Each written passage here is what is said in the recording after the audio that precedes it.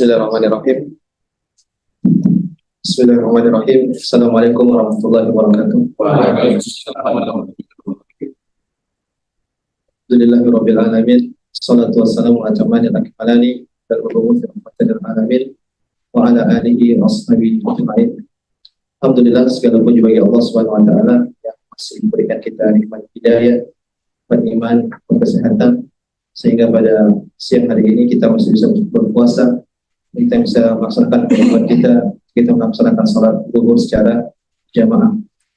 Kemudian kita duduk sebentar dalam suatu majelis, mudah-mudahan majelis ini diberkahi oleh Allah Subhanahu wa taala.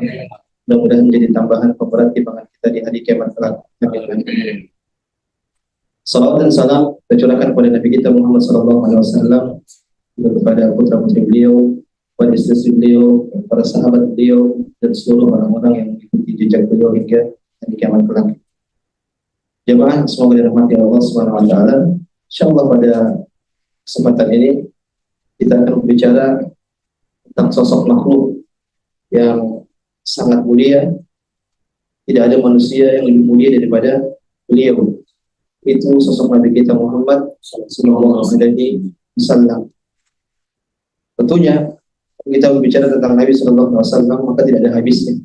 Sangat panjang pembicaraan tersebut. Makanya kalau kita melihat kembali pada buku-buku sirah, kita dapat orang mencatat buku-buku sirah nggak selesai. Dari zaman ke zaman selalu ada buku yang baru. Kenapa? Setiap zaman peneliti akan mendapatkan suatu hal yang baru daripada yang pernah didapatkan oleh peneliti sebelum-sebelumnya. Saya katakan bahwasanya pembicaraan tentang Nabi Sallallahu Alaihi Wasallam itu tidak ada habisnya. Maka pada kesempatan ini coba mengerucutkan pembahasan kita. Jadi kita berbicara tentang akhlak Nabi Sallallahu Alaihi Wasallam. Yang akhlak Nabi Sallallahu Alaihi Wasallam ini Allah Subhanahu Wa Taala puji dalam Al-Quran. Wa innaka la'ala khuluqin azim. Dan Allah Subhanahu Wa Taala, wahai Muhammad, sesungguhnya engkau berada di atas budi pekerti yang sangat agung. Lihat, yang puji siapa? Allah Subhanahu Wa Taala. Kita kalau dipuji sama atasan kita senang. Tapi Nabi yang puji penciptanya langsung Rabbul Alamin. Maka ini suatu keistimewaan, suatu keagungan, suatu kemuliaan didapat oleh Nabi Sallallahu Alaihi Wasallam. Tidak sampai di situ, bukan hanya pujian, bahkan dalam Al-Quran Allah pun pernah bersumpah dengan umur Nabi kita Muhammad Sallallahu Alaihi Wasallam. Kita tidak dapati dalam nabi-nabi yang lain. Allah tidak pernah bersumpah dengan nabi-nabi yang lain, tapi ternyata Allah Subhanahu Wa Taala bersumpah dengan umur Nabi kita Muhammad Sallallahu Alaihi Wasallam. Allah Subhanahu Wa Taala berfirman, la'amruka innahum lafi sakratihim ya'mahun. Kata Allah Subhanahu Wa Taala, la'amruka, demi umurmu. Kata para ulama, ini Allah sedang bersumpah dengan wahayati, demi umurmu, demi kehidupanmu wahai Muhammad. Para ulama bahas, kenapa sih Allah Subhanahu Wa Taala bersumpah dengan kehidupan atau umur Nabi Muhammad SAW? Mereka mengatakan bahwasanya karena umur Nabi ini berkah. Umur Nabi berkah. Semua aspek kehidupan Nabi, gerak-geriknya itu semua keteladanan. Semua keteladanan yang ini kita tidak dapatkan di nabi-nabi yang lain. Saya contohkan misalnya kalau kita ingin cari pemimpin terbaik, maka kita bisa lihat keteladanan pada Nabi kita Muhammad Sallallahu Alaihi Wasallam. Kita ingin melihat seorang suami yang terbaik, kita lihat Nabi kita Muhammad Sallallahu Alaihi Wasallam. Kita ingin lihat guru terbaik, kita lihat Nabi kita Muhammad Sallallahu Alaihi Wasallam. Dan ini tidak ada di sebagian Nabi yang lain. Misalnya Nabi Isa alaihissalam. Kita ingin cari sosok keteladanan seorang suami kepada beliau. Tidak ada di Nabi Isa. Saya sebutkan Nabi Isa tidak menikah. Kita cari keteladanan kepemimpinan Nabi Isa alaihissalam. Tidak ada. Nabi Isa ternyata dikejar-kejar oleh orang kafir. Bahkan mau dihisap. Makanya aspek Nabi Sallallahu Alaihi Wasallam ini sangat lengkap yang bisa kita jadikan keteladanan bagi diri kita. Jadi kita kembali di Allah Subhanahu Wa Taala berfirman, la'amruka, demi umur wahai Muhammad. Ternyata Allah bersumpah dengan umur Nabi Muhammad Sallallahu Alaihi Wasallam. Dan ini kekhususan Allah Subhanahu Wa Taala. Allah berhak bersumpah dengan apapun Dia kehendaki. Adapun kita sebagai makhluk Allah Subhanahu Wa Taala, kita nggak boleh bersumpah kepada selain Allah. Kata Nabi Sallallahu Alaihi Wasallam, man halafa falyahlif billah, barang siapa yang mau bersumpah maka dia bersumpah dengan nama Allah. Wa man halafa bi ghairillah faqad asyrak. Barang siapa yang bersumpah pada selain Allah, sesungguhnya dia telah berbuat kesyirikan, maksudnya syirik kecil. Maka nggak boleh kita bersumpah demi Allah dan demi Rasulullah. Masih banyak orang melakukan demikian. Ini dilarang oleh syariat kita. Cukup kita mengucapkan demi Allah. Sebagian orang nambah demi Rasulullah, kita tanya kenapa? Supaya lebih mantap katanya. Enggak. Syariat kita melarang. Nabi kita SAW melarang. Cukup kita bersumpah atas nama Allah Subhanahu wa Ta'ala. Adapun Allah terserah Allah. Allah lakukan yaf'alu ma yasha. Allah melakukan apa yang dia yakin. Jamaah yang semoga dirahmati oleh Allah Subhanahu wa Ta'ala. Pada kesempatan ini saya ingin memperlihatkan kepada jamaah sekalian tentang bagaimana potret Nabi kita Muhammad SAW, bagaimana akhlak-akhlak beliau. Dan saya akan coba cuplikan dari beberapa hadis supaya kita paham bagaimana sih akhlak beliau. Dan nanti kalau kita lihat akhlak beliau ini mukjizat. Akhlak beliau ini mukjizat. Ditanya oleh Imam Adz-Dzahabi rahimahullah ta'ala, dia mengatakan fa inna sirata Muhammad liman tadabbarha taqtadi tasdiqah. Kata beliau, barang siapa yang membaca atau meneliti sirah Nabi sallallahu alaihi wasallam, maka mau nggak mau dia pasti membenarkan Nabi Muhammad sallallahu alaihi wasallam sebagai seorang rasul. Saya katakan kalau orang jujur, dia buka buku sirah, dia baca dengan hati yang jujur, dengan hati yang bersih, maka harus mau tidak mau seharusnya dia akan mengakui bahwasanya Muhammad itu adalah utusan Allah. Kenapa? Karena akhlaknya itu ajaib, mukjizat kata para ulama. Gak ada orang yang bisa berakal seperti akhlak Nabi Muhammad Sallallahu Alaihi Wasallam. Kita contohkan, kita mulai baca satu persatu, yaitu berkaitan dengan akhlak Nabi Sallallahu Alaihi Wasallam terhadap makanan. Kita mulai dari yang kecil. Dalam Sahih Bukhari, Abu Hurairah radhiyallahu taala pernah mengatakan, "Ma'aban Nabi sallallahu alaihi wasallam ta'aman qam." Kata Abu Hurairah radhiyallahu taala, Nabi sallallahu alaihi wasallam itu sama sekali tidak pernah mencela makanan. Nabi sallallahu alaihi wasallam tidak pernah mencela makanan. Bukan satu hari, bukan 2 hari, bukan 3 hari, tapi seumur hidup Nabi Muhammad sallallahu alaihi wasallam. Coba kita lihat dari kita. Ada yang bisa nggak celah makanan? Mungkin 1 hari bisa, 2 hari bisa. Tapi untuk seminggu, sebulan, seumur hidup, ada yang bisa. Yang bisa cuma Nabi Muhammad Sallallahu Alaihi Wasallam. Bahkan yang menarik, Imam An-Nawawi rahimahullah taala, ketika beliau menjelaskan tentang hadis ini, beliau mengatakan Nabi itu bukan hanya nggak pernah mencela. Maksud Nabi nggak mencela, Nabi nggak pernah mengomentari makanan. Artinya Nabi nggak pernah bilang makanan ini makanan kemanisan, ini makanan keasinan, ini terlalu lembek, ini terlalu keras, terus. Nabi nggak pernah demikian. Nggak pernah komentari makanan. Komentari makanan boleh nggak Pak? Kita memang ini kayaknya kurang asin deh, ini kurang manis deh, boleh tidak? Boleh, secara asal boleh, mubah. Tapi Nabi nggak pernah melakukan demikian. Saking tingginya akhlak Nabi Muhammad Sallallahu Alaihi Wasallam. Kita jangankan yang beli, yang gratis pun kita komentar. Yang gratis pun kita komentar. Apalagi kita ngeluarin duit, jadi kita marah-marah. Nah, sekali lagi kita lihat dari sisi ini aja sudah. Mau tidak mau kita pasti bersaksi bahwasanya Muhammad adalah utusan Allah Subhanahu wa Ta'ala. Bukan sehari, bukan 2 hari, bukan 3 hari, tapi seumur hidup beliau tidak pernah mengomentari. Ini istahahu akalahu wa illa tarakahu katawular. Kalau beliau suka, beliau makan. Kalau beliau nggak suka, beliau tinggalin. Nggak komen macam. Jamaah yang semoga dirahmati Allah Subhanahu wa Ta'ala. Dalam suatu kesempatan, Nabi ini pernah dimintai komentar tentang makanan. Nabi kan nggak pernah komentar makanan. Di suatu kesempatan, Nabi diminta untuk mengomentari makanan. Dalam riwayat, suatu ketika Nabi sama Khalid bin Walid radhiyallahu taala berkunjung pada rumah seorang sahabiah, dan ternyata di sana dihidangkan doh. Apa itu doh? Kalau bahasa kita, kadrun, kadal gurun pasir, biawak. Tapi biawak di gurun pasir. Hukumnya secara syariat halal. Tidak sama biawak di padang pasir dengan biawak di Jakarta beda. Kalau biawak di Jakarta hukumnya haram, nggak boleh dimakan. Kenapa? Karena biawak di Jakarta makannya bangkai, kalau di sana makannya tumbuhan. Maka hukumnya berbeda. Maka suatu ketika Nabi dihidangkan apa tadi? Top. Top kan ngeri Pak ya. Membayangkan dihidangkan biawak atau kada masuyah dipanggang. Tatkala di apa namanya dihidangkan, Khalid bin Walid makan. Khalid bin Walid makan top tersebut. Adapun Nabi diam aja, Nabi mundur. Kemudian Khalid bin Walid sengaja nanya Nabi, haramun hu ya Rasulullah. Wahai Rasulullah, saya lihat engkau nggak makan. Apakah ini haram? Apakah top ini haram? Khalid sebenarnya top itu tidak haram. Cuman Khalid pengen tahu kenapa si Nabi nggak makan. Kata Nabi SAW, lah, top itu tidak haram.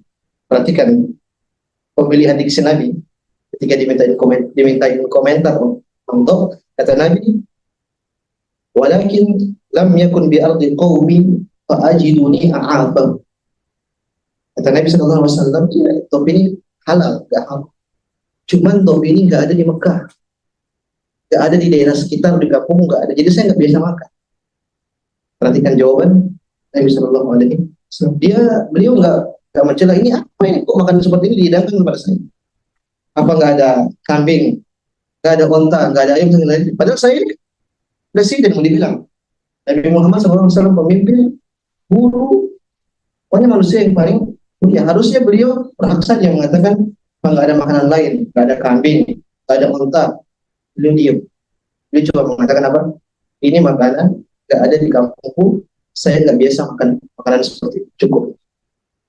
Beliau tidak mencela sama sekali. Coba kita ada seorang kiai, ustaz atau tawarkan top, pasti dia komentar macam nggak ada yang lain apa lain. Itulah kita sebagai manusia. Dan lihat dari sisi ini aja sudah selesai. Nabi Muhammad adalah seorang rasul. Akhlak beliau mukjizat dari Allah Subhanahu wa Ta'ala. Ini sisi yang kecil. Kita berangkat ke sisi lainnya berkaitan dengan kedermawanan Nabi Shallallahu Alaihi Wasallam. Nabi Shallallahu Alaihi Wasallam ajwadun nas. Nabi Shallallahu Alaihi Wasallam itu adalah orang yang paling dermawan.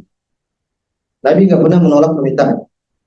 Kalau ada orang minta, selama beliau kasih, beliau mampu berikan, pasti beliau kasih.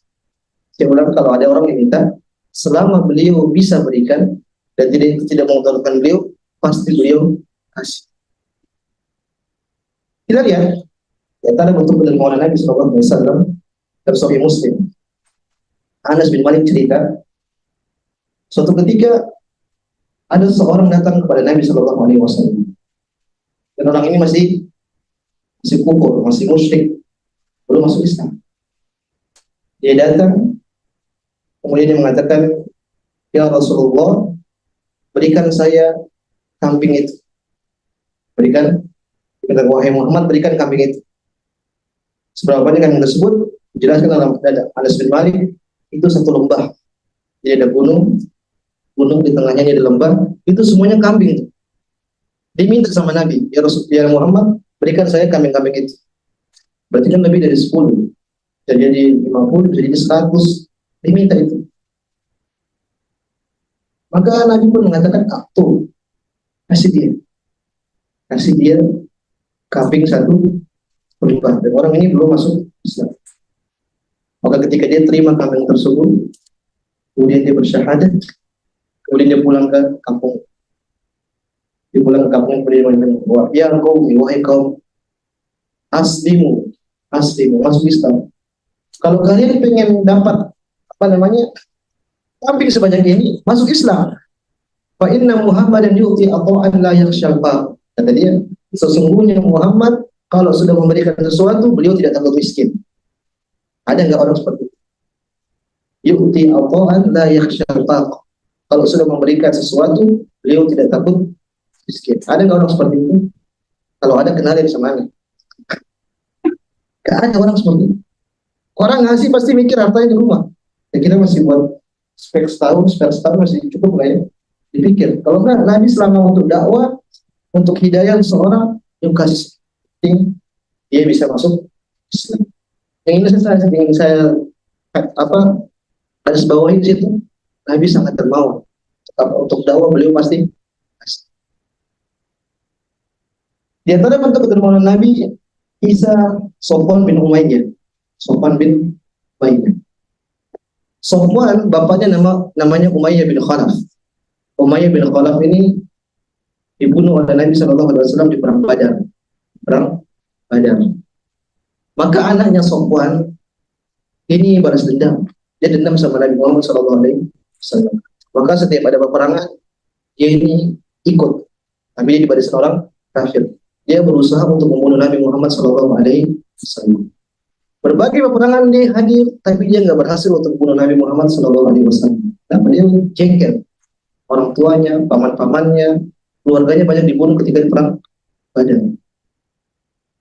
Maka ketika Fatu Makkah ini ketika kaum muslimin sudah besar, sudah jaya, akhirnya kaum muslimin berusaha untuk membuka kota Makkah dari orang-orang kafir. Maka tatkala itu ada Sofwan.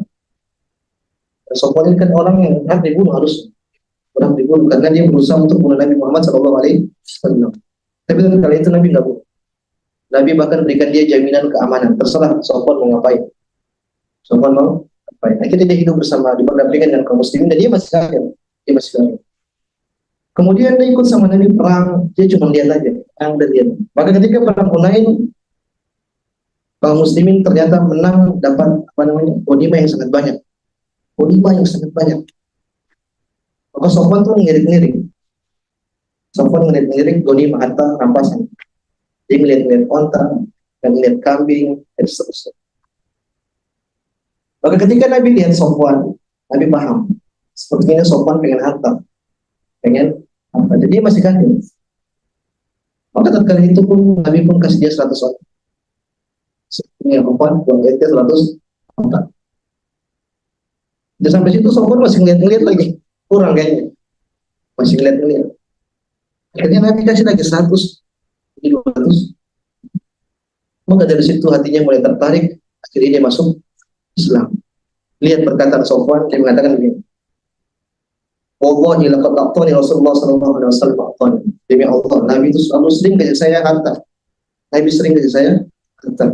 Wa innahu la'abghadun nasi ilaihi. Padahal Muhammad ini orang yang paling saya benci dulu. Mana dia ikut perang berusaha untuk bunuh Nabi SAW. Mama bari hayutunya, tapi Muhammad selalu kasih saya hadiah. Si onta kasih macam-macam. Wa innahu la'ahabbun nas ilaihi. Dan jadilah sekarang Muhammad orang yang paling saya cintai. Lihat dari harta bisa menarik hati seseorang. Dan inilah metode Nabi SAW. Bukan berarti kita ngasih harta ke orang kafir untuk dia cinta sama harta, enggak. Ketika kita kasih kebaikan sama dia, nanti lama-lama dia suka sama Islam, artinya hatinya tertarik. Lama-lama nanti hidayah akan menuntut dia cinta terhadap Islam. Ini metode Nabi Muhammad SAW. Dan ditiru oleh orang ini mereka juga meniru metode seperti memakai harta. Yang saya garis bawahi tadi apa? Nabi kasih harta kepada siapapun demi hidayahnya seseorang. Yang lebih menakjubkan, ada kisah suatu ketika Nabi ini pakai baju yang lusuh. Dan ini kebiasaan Nabi itu orang terkadang pakai baju yang bagus, terkadang pakai baju yang lusuh. Suatu ketika beliau pakai baju lusuh, mulai dari seorang wanita melihat Rasulullah pakai baju yang kurang bagus. Maka dia punya inisiatif. Dia mengatakan, saya pengen bikin baju buat Nabi Muhammad SAW. Maka dia buat. Setelah jadi pun dia berikan kepada Nabi Muhammad SAW. Maka Sahal bin Sa'ad yang menceritakan hadis ini, dia mengatakan, Nabi pun terima hadiah tersebut, muhtajan ilaiha. Dia terima dengan dalam keadaan butuh. Kan terkadang kita terima hadiah tapi kita nggak butuh, kita cuma simpan aja. Terkadang kita dikasih hadiah, kita mikir ini mau dikasih siapa lagi. Nabi enggak kata itu. Ketika sedang dikasih hadiah, beliau benar-benar butuh. Ketika menerima, beliau pun masuk. Beliau buka bajunya, kemudian beliau pakai baju yang baru. Tidak lama kemudian beliau pun keluar. Sampai di depan rumah mungkin atau berapa menit, tidak lama. Datang seorang sahabat, dia puji Nabi, dia mengatakan, "Ma ahsana hadhi ya Rasulullah." Sungguh indah bajumu ini wahai Rasulullah. Uksuniha. Berikan baju itu kepada wahai Rasulullah. Ikan. Nabi baru pakai untuk, ternyata ada sahabat yang minta. Apakah Nabi cemburu? Enggak. Apakah Nabi marah? Saya baru pakai. Enggak. Nabi langsung masuk ke rumahnya, buka baju itu, kemudian beliau pakai baju yang lamanya tadi yang lusuh. Kemudian baju yang baru itu beliau kasih kepada orang yang minta tadi. Ada nggak orang seperti ini? Ini cuma Nabi SAW. Selama beliau bisa berikan, dia pasti kasih. Karena masih ada bajunya kan. Ini ya sudahlah, kasih aja lah orang minta. Saya pakai baju yang nggak ada orang seperti itu. Itu banyak kan ustadz pakai baju baru, kiai pakai baju baru tuh minta. Sobat tidak. Maka tatkala para sahabat melihat kejadian itu yang lain, para sahabat pun datang ke sahabat yang minta baju tadi. Kau ini sungguh pintar. Kau tahu Nabi Muhammad gak pernah menolak permintaan. Kau minta. Kau sungguh cerdas. Maka sahabat yang minta ini mengatakan, sebenarnya saya nggak butuh sama baju itu. Saya punya baju aja. Berkata dia, la'alli ukaffanu biha. Kata dia, saya berharap mudah-mudahan saya dikafankan dengan baju tersebut. Saya ingin keberkahan baju tersebut, baju yang pernah dipakai oleh Nabi Shallallahu Alaihi Wasallam, baju yang pernah menyentuh kulit Nabi Muhammad Shallallahu Alaihi Wasallam. Saya bermohon mudah-mudahan saya dikafankan dengan baju tersebut. Dan sahabat yang menceritakan hadis ini namanya Sahal bin Sa'd mengatakan, dan benar sahabat itu yang minta tadi ketika dia wafat, akhirnya dia dikafankan dengan baju yang diminta dari Nabi Muhammad Shallallahu Alaihi Wasallam. Jadi dia sebenarnya nggak butuh, dia cuma cari keberkahan. Jadi bukan tidak sopan. Jadi dia memang mencari keberkahan dari Nabi Sallallahu Alaihi Wasallam. Yang kita garis bawahi, Nabi kasih. Ada bajunya beliau sudah butuh. Ketika orang minta dan dia masih bisa berikan, pasti beliau dikasih. Ini sudah dua bentuk akhlak.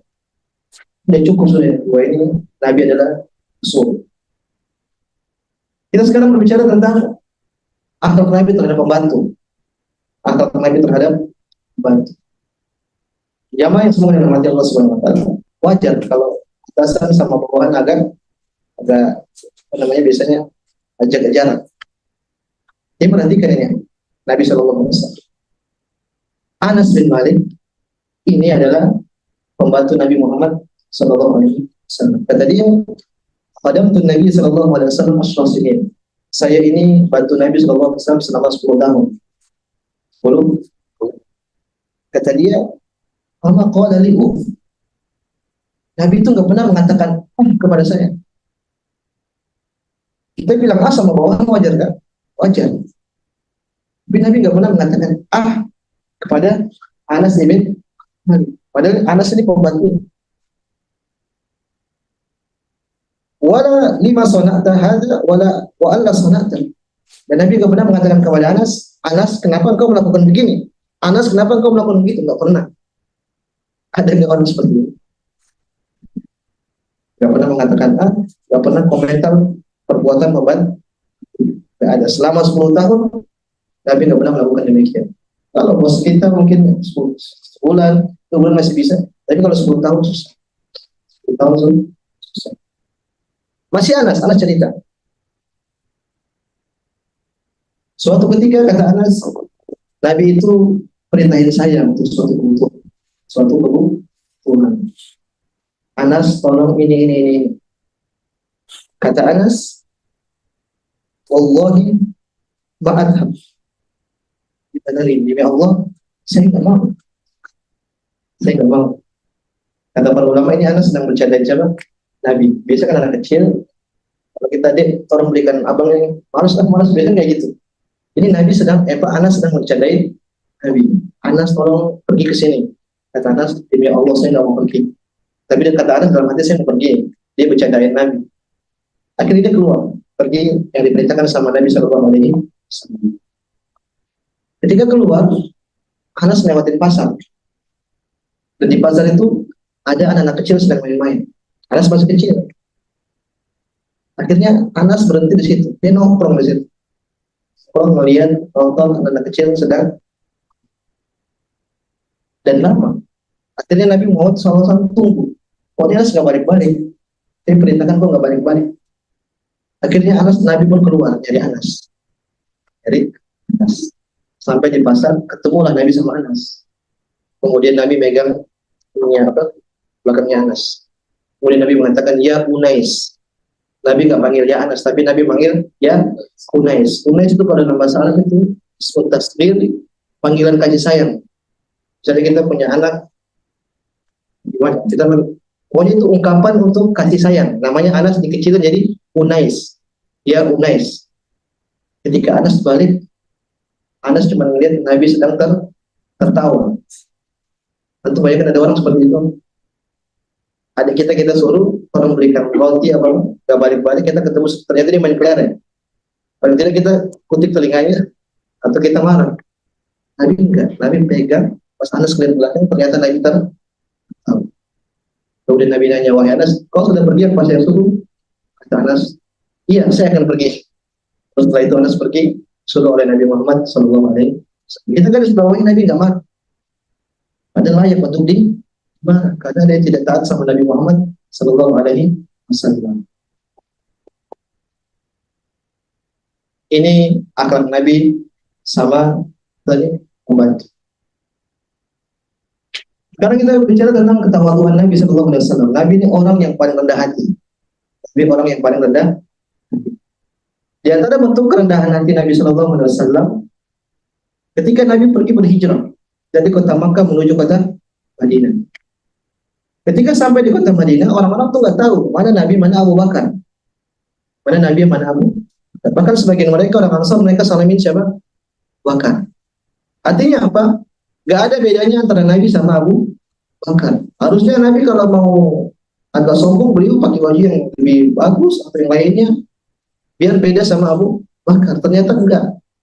Sampai orang-orang heran, mana Abu Bakar dan Rasulullah SAW. Maka tatkala matahari terik, kemudian Abu Bakar pakai kain diangkat untuk menutupi Nabi Muhammad dari sinar matahari, baru orang tahu, oh ini Muhammad SAW, ini Abu Bakar. Intinya sini Nabi itu orang yang kemudian Nabi ini kalau kajian seperti ini dulu di awal-awal Islam di Madinah, dia duduk di bawah sama bareng Nabi Muhammad, sama bareng para sahabat. Maka orang-orang yang baru datang dari Syam, dari daerah yang lain yang tidak pernah melihat Nabi, mereka ketika pertama kali datang mereka bingung mana Nabi, mana yang Nabi di antara mereka.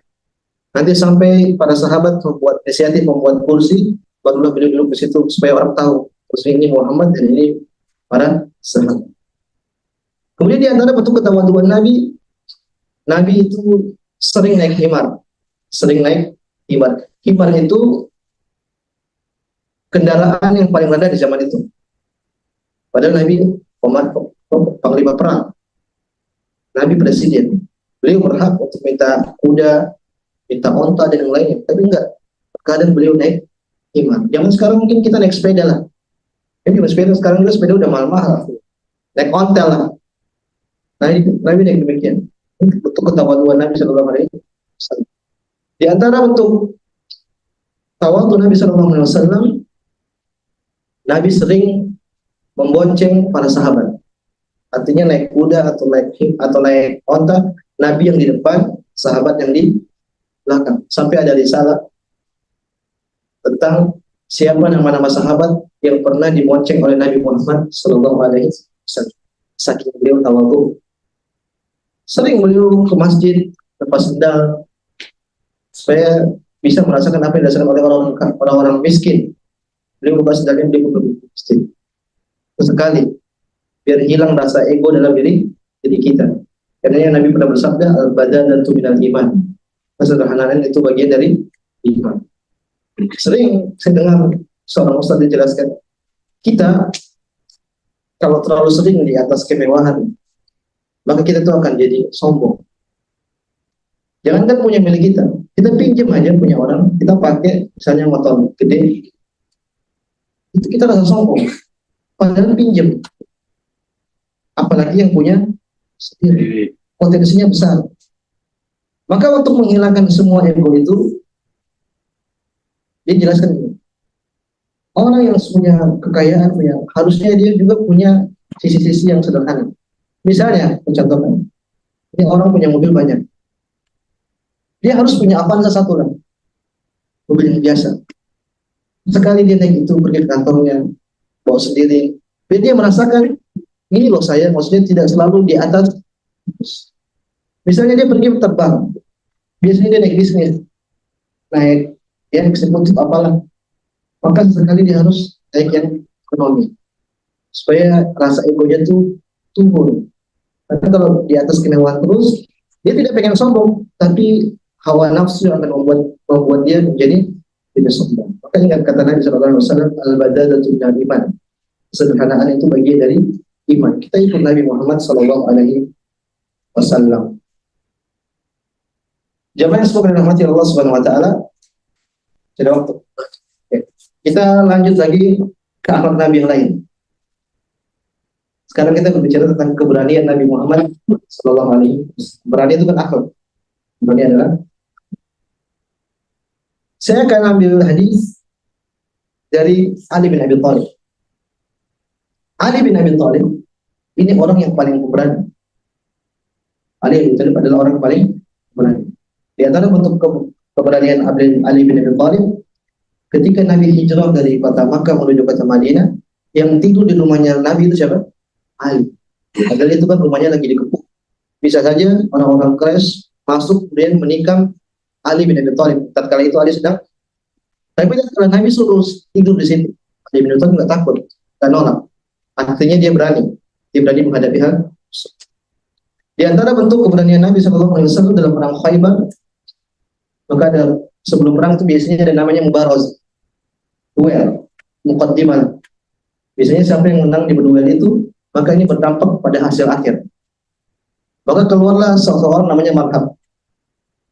Ini dia dari orang kafir, dan dia terkenal memang orang yang paling jago.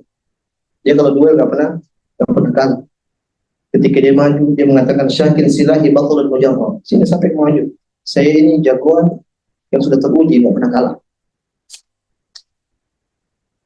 Jadi nantang kaum muslimin, siapa yang melawan saya? Yang keluar siapa? Ali bin Abi Thalib.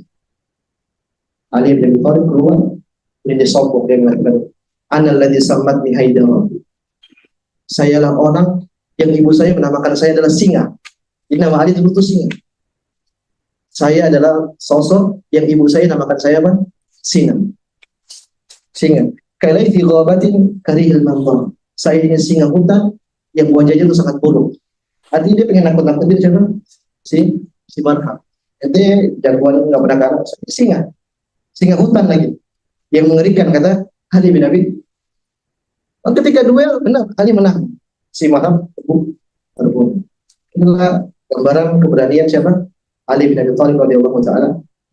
Tapi coba dengar. Ali ini cerita keberanian Nabi. Jadi yang cerita dia bukan orang yang takut, tapi yang cerita orang berani. Kata Ali bin Abi Thalib, kunna idza mahral ba'su wa laqiyal qawmul qawma ittaqayna bi Rasulillah sallallahu alaihi wasallam.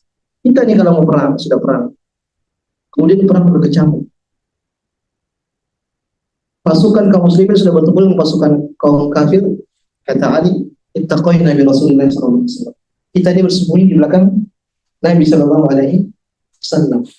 Fama yakunu minna ahadun adna minal qaum minhu. Tidak ada orang yang lebih depan, lebih dekat dengan musuh kecuali Nabi Muhammad sallallahu alaihi wasallam. Kata Ali, kita mundur di belakang, kita bersembunyi di belakang Nabi. Padahal Ali ini orang yang paling yang kan berarti tergambar bagaimana keberanian Nabi kita Muhammad sallallahu alaihi wasallam. Pemimpin sekarang ya lah, tinggal perintah serang ini di rumah.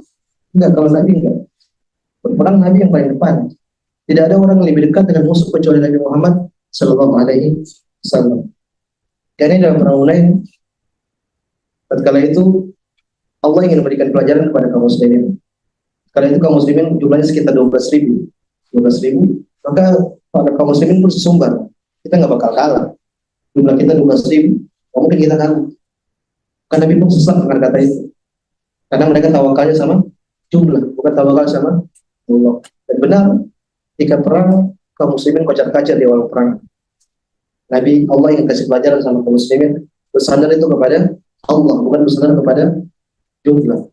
Akhirnya kaum muslimin kocar-kacir, mereka semua mundur. Yang maju cuma Nabi Muhammad SAW. Nabi lawan arah, semuanya ke belakang, Nabi maju. Maka Nabi, anan Nabi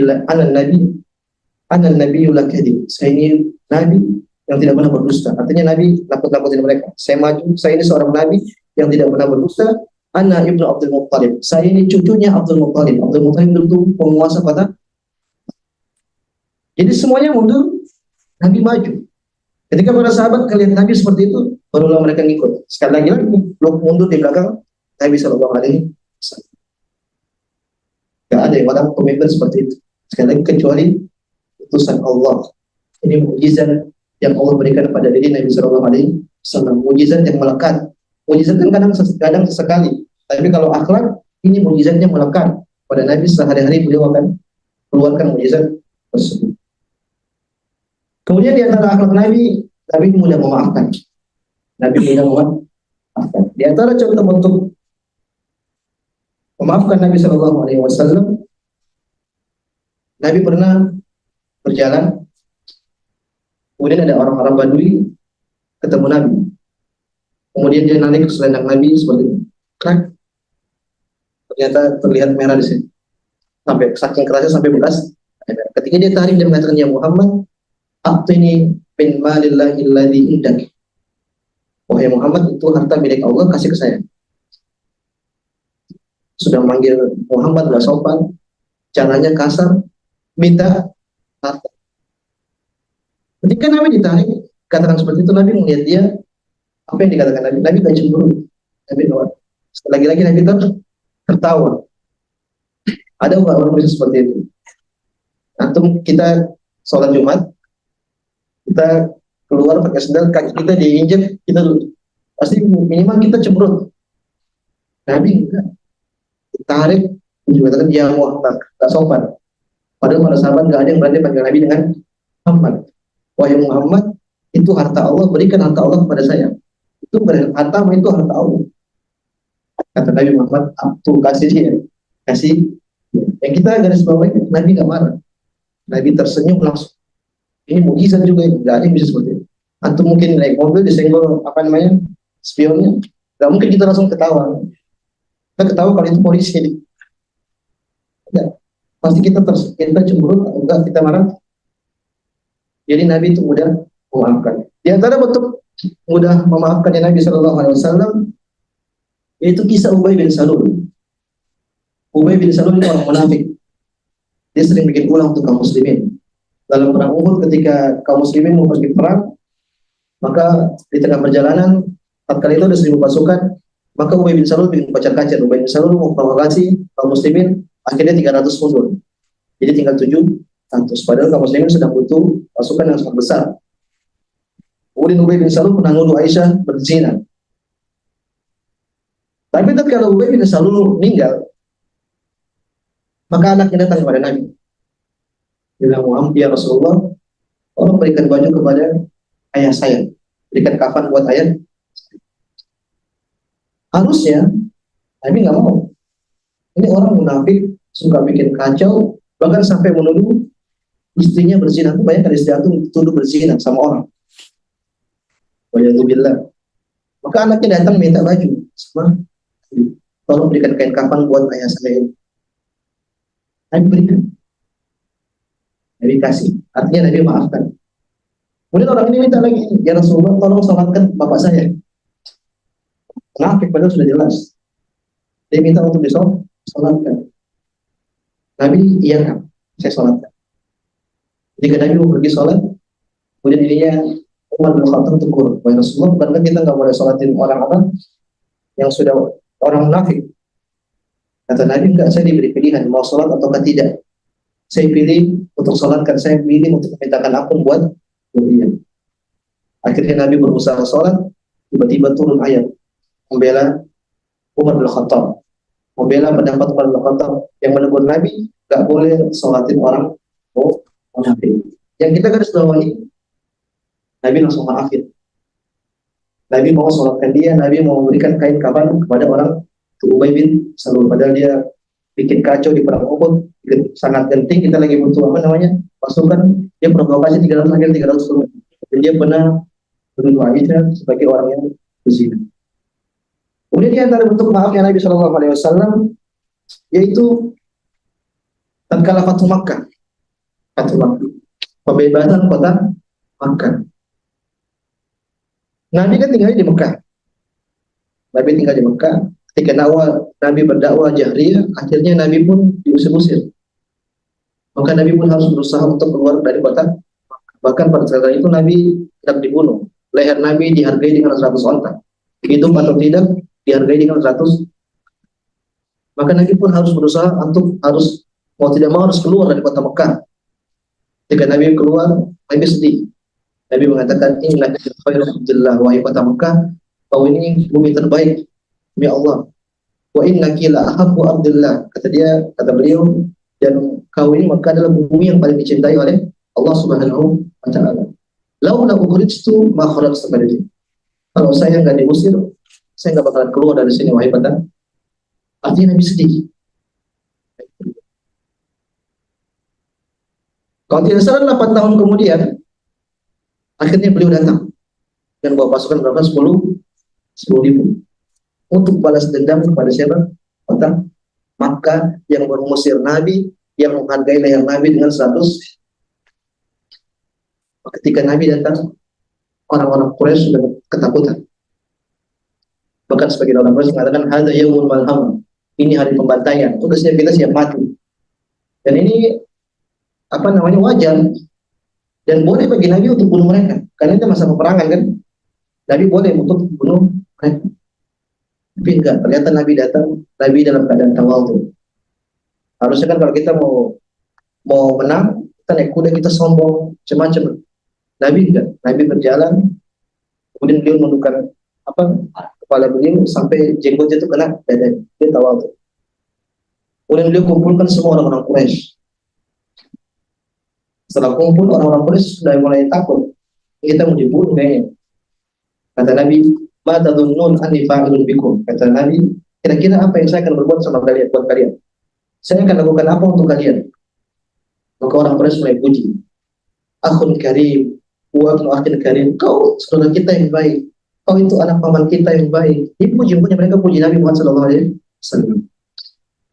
Kata Nabi sallallahu alaihi wasallam, "La yadrib 'alaikumul yawm." Tidak ada celaan bagi kalian. Fa antum talaqa. Saat ini kalian bebas. Kalian bebas. Artinya Nabi maafkan. Padahal Nabi berhak untuk balas dendam, Nabi berhak untuk membunuh mereka. Tapi karena beliau lebih memilih untuk orang-orang itu dapat hidayah, akhirnya beliau maafkan dan beliau membebaskan mereka agar hidup bersama berdampingan bersama Nabi kita Muhammad SAW. Poinnya Nabi mudah memaafkan.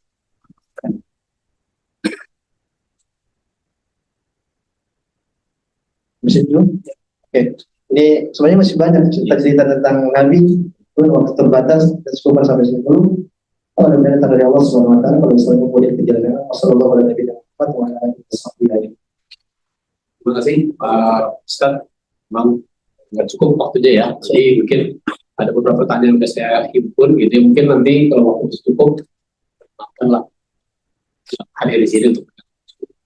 Mungkin yang pertama, ini juga sedikit menyambung dengan cerita yang tadi Pak Ustadz ya. Kan tadi diceritakan di usia mungkin sejak jadi Rasul atau wafat. Kalau misalnya bagaimana perjalanan Nabi mungkin dari yang sejak lahir jadi Rasul, apakah keteladanan itu yang bisa kita ambil gitu Pak Ustadz? Karena kan tadi ceritakan mungkin pas Rasul. Nah, bagaimana sih masa kecil Nabi mungkin di salah satu pertanyaan mereka. Jazakallahu khair. Jadi gini, Nabi kan orang yang dipilih oleh Allah Subhanahu wa taala menjadi Rasul. Jadi biasanya ceritanya dari sekitar 40 sampai 63 tahun. Karena beliau mendapat wahyu tahun ketika umur 40 tahun. Nah, kalau kita melihat cerita beliau sebelum itu, maka kita dapati ternyata Allah itu sudah persiapkan Nabi. Beliau bukan seperti orang-orang yang biasa, atau beliau terjaga. Di antara contoh bentuk terjaganya beliau, Orang Korea sudah kebiasaan nonton ada acara-acara musikal seperti itu. Ketika Nabi SAW ingin ikut, dan beliau belum dapat wahyu waktu itu, nggak tahu apa-apa, beliau ingin wahyu. Allah akhirnya membuat beliau pingsan, Jadi beliau dijaga sama Allah Subhanahu. Kemudian kalau tidak salah tatkala mengangkat apa suatu hal, jadi beliau pakai izar, kemudian beliau mengangkat sesuatu. Kalau beliau angkat tangannya akan terlihat semuanya, akan terbuka bajunya. Maka tiba-tiba Allah pingsankan lagi beliau. Artinya aurat beliau untuk tidak terlihat. Artinya beliau memang sudah dijaga oleh Allah Subhanahu wa Ta'ala. Namun secara detail saya belum pernah baca secara lengkap. Tapi kalau kita lihat secara hadis, Nabi pernah mengatakan ketika perang Uhud kalau tidak salah, atau perang Badar, Nabi mengatakan coba cari mayatnya Abu Jahal. Kata para sahabat, gimana cirinya Abu Jahal? Kata Nabi, itu dia punya bekas luka di kaki. Dulu sama kecil main sama dia. Jadi Abu Jahal itu teman mainnya Nabi Muhammad SAW. Dulu kita main di rumahnya seorang, kemudian kita main-main, akhirnya Abu Jahal jatuh. Kakinya itu ada luka. Coba lihat, itu ada bekas lukanya, itu berarti Abu Jahal. Artinya Nabi juga main dulu. Cuman mungkin beliau lebih dijaga oleh Allah Subhanahu wa Ta'ala. Allah Ta'ala. Terima kasih Pak Ustaz. Kemudian pertanyaan kedua, ini menyambung karena waktu terbatas gitu ya. Buku yang direkomendasikan untuk mempelajari Sirah Nabawiyah ini mungkin Pak Ustaz ada rekomendasi gitu. Jadi ada yang bertanya juga, karena mungkin setelah ini juga teman-teman juga bisa mencarinya gitu ya. Apa Ustaz? Ini bukan jualan ya. Yes. Buku yang kita rekomendasikan, buku yang seperti Anda kumpulkan. Jadi ada sebuah buku namanya Sirah Nabawiyah karangan Ustadz Firanda, itu yang membuat tim. Ustadz Firanda itu hanya sebagai dosen pembimbing lah kalau bahasa kita. Dia yang arahkan ini begini. Buku itu 6 jilid. Lengkap sejak Mekah belum turun Nabi sampai akhir wafatnya Nabi Muhammad SAW. Itu lengkap insyaallah. Dari buku-buku yang pernah ada di Indonesia, buku terjemahan ya, buku Sirah Indonesia, insyaallah paling lengkap buku itu. Karena kebanyakan buku-buku yang ada di Indonesia itu buku terjemahan. Buku terjemahan itu kecil-kecil, kemudian bahasanya biasanya kaku. Tapi kalau buku Sirah yang Ustaz Firanda tulis, ini murni memang buku yang kita tulis, ya kita mudahkan bahasanya. Jadi ketika orang baca lebih mudah paham dan lebih detail insyaallah. Karena 6 jilid lengkap dengan gambar-gambarnya dan insyaallah taala. Ini sekali lagi bukan jualan ya. Terima kasih Ustaz, mungkin bisa dicatat kalau bisa lebih cari ya. Pertanyaan berikutnya Pak Ustaz, ini terkait dengan mengenai museum barang-barang peninggalan Nabi Muhammad SAW.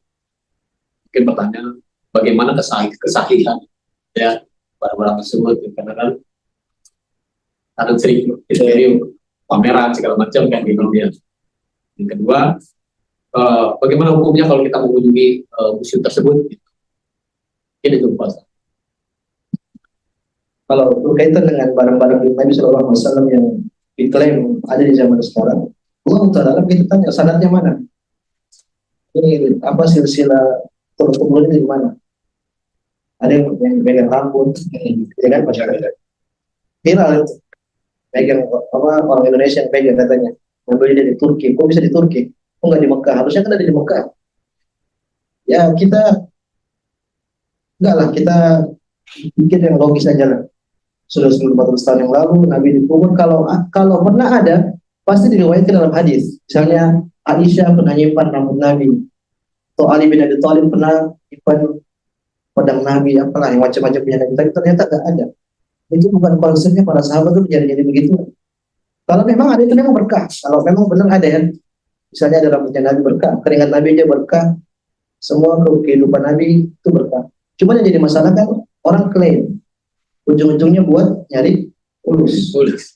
Oh ambil berkah, silakan ambil, bayar dulu. Biasanya kayak gitu.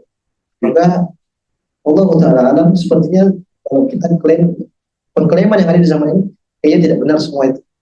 Karena kalau benar, seharusnya orang Arab lebih utama untuk klaim tersebut. Ternyata di Makkah, di Madinah kita dapat mereka bikin museum semuanya gambar-gambar. Gak ada yang murni barang mereka klaim ini punya Nabi, nggak ada. Adanya di mana? Di sini Turki, Mesir, lain-lain. Allah Taala. Adapun kalau kita pengen lihat, kunjungin tempat-tempat seperti itu, Allah Taala nggak tahu hukumnya apa. Tapi kalau kita tahu itu nggak benar, ngapain kita datang? Ngapain kita? Coba kita datang ke situs-situs, itu lebih penting. Datang ke situs sejarah, misalnya ada museum, apa namanya? Museum Sirah Nabawiyah, ada di biasanya di Mekah. Kita datang, sengaja ditunjukin tentang Sirah Nabawiyah, gambar-gambarnya, replika-replikanya itu lebih baik daripada kita datang ke tempat-tempat sejarah yang tidak jelas seperti itu. Allah Taala. Terima kasih, Pak Ustaz. Mungkin yang hadir di sini ada mau kita pertanyaan, teman-teman. Nah, ya mungkin tidak ada. Oleh laporannya ya. Oh itu kan protein nanti. Iya. Protein nanti ini kan protein apa? Tapi tidak. Iya.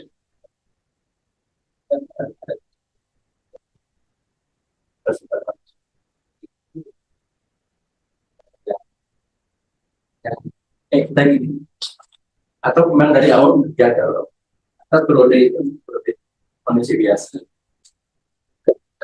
Gini, Nabi itu kalau kita bicara tentang Nabi itu sama seperti manusia biasa. Hanya beliau diberikan wahyu, diberikan beberapa mukjizat kepada beliau. Maka kalau kita lihat tabiat Nabi itu sama seperti kita. Cuma terkadang beliau diberikan kespesialan lebih sedikit daripada manusia biasa. Contohnya misalnya Nabi nangis. Nabi nangis. Kapan beliau nangis? Ketika anaknya Ibrahim wafat. Anaknya wafat, beliau nangis. Beliau sedih. Kemudian beliau ketawa. Banyak dalam hadis beliau canda. Beliau bercanda. Bahkan beliau candain orang. Ada seorang nenek datang kepada Nabi. Nenek itu mengatakan, ya Rasulullah, doakan saya masuk surga. Kata Nabi, nenek-nenek nggak masuk surga. Nenek-nenek nggak masuk surga. Akhirnya nenek ini pergi nangis, sedih. Dia menganggap dia nggak bakal masuk surga. Dan karena dia pergi, Nabi pun mengatakan, wahai para sahabat, kabari kepada nenek itu, dia masuk surga tidak dalam keadaan tua. Jadi nggak ada nenek-nenek yang bahwa di surga, semuanya akan kembali jadi muda. Nabi bercandain apa enggak? Nabi bercanda. Demikian juga ada seorang datang kepada Rasulullah, ya Rasulullah, berikan saya tunggangan, saya mau perang, mau safar. Kata Nabi, saya kasih kamu anak onta. Anak onta. Orang ini mengatakan, ya Rasulullah, buat apa anak onta? Gak bisa ditunggangi. Kecil. Sedangkan bukankah semua onta yang besar itu juga anak onta? Paham gak? Jadi saya kasih kamu itu onta besar, tapi saya namakan anak onta. Karena semua onta besar itu anak. Nabi bercanda. Jadi Nabi nangis, Nabi bercanda, Nabi tertawa. Kemudian Nabi juga takut. Di antara bentuk Nabi takut kapan? Ketika wahyu pertama kali datang kepada Nabi. Ketika Jibril datang kepada Nabi, Jibril mengatakan, Iqra, bacalah. Kata Nabi, maha Nabi Qari. Saya nggak bisa baca sama sekali. Kemudian Nabi dipeluk sama malaikat Jibril, sampai kata Nabi, sampai saya ini kepayahan, nggak bisa ngapa-ngapain. Dan dibikin terus sampai 3 kali.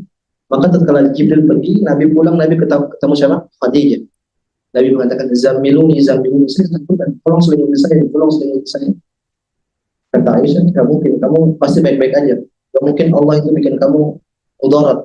Tidak mungkin kau mengalami kecelakaan, karena kau orang yang baik, yang selalu menyambung silaturahmi dan yang lainnya. Poinnya di situ Nabi ketakutan. Jadi kalau kita mau bicara sifat Nabi juga makan, Nabi juga minum dan lain. Bahkan Nabi kelaparan dalam perang Khandaq. Gak ada makan, Nabi ikat perutnya dengan apa? Dengan batu. Saking gak ada makanan, saking kelaparan. Jadi ya Nabi itu sama seperti kita pada hakikat. Cuma beliau diberikan wahyu dan beliau diberikan beberapa kelebihan khusus. Contohnya apa? Istrinya 9. Dan Nabi lebih dari 4. Kalau kita kan 1 ya. 1. Ya itulah. Jadi pada intinya Nabi itu Muhammad SAW sama seperti manusia biasa, cuma ada spesial yang lain Pak. Jadi tabiat manusia secara umum itu ada juga pada Nabi Muhammad Sallallahu Alaihi Wasallam. Waktu kecil tadi Nabi main sama Abu Jahal, main dorong-dorongan. Allah Taala. Alhamdulillah. Mungkin kita sudah ya cukupin semua. Terima kasih Pak Ustaz Gigi atas kesediaannya memberikan tausiahnya. Semoga kita dan semakin semangat lagi berpuasanya hingga nanti Idul Fitri. Sebelum kita akhiri, malah kita tutup dengan doa kafaratul majelis. Alhamdulillahirrahmanirrahim. Wassalamualaikum warahmatullahi wabarakatuh.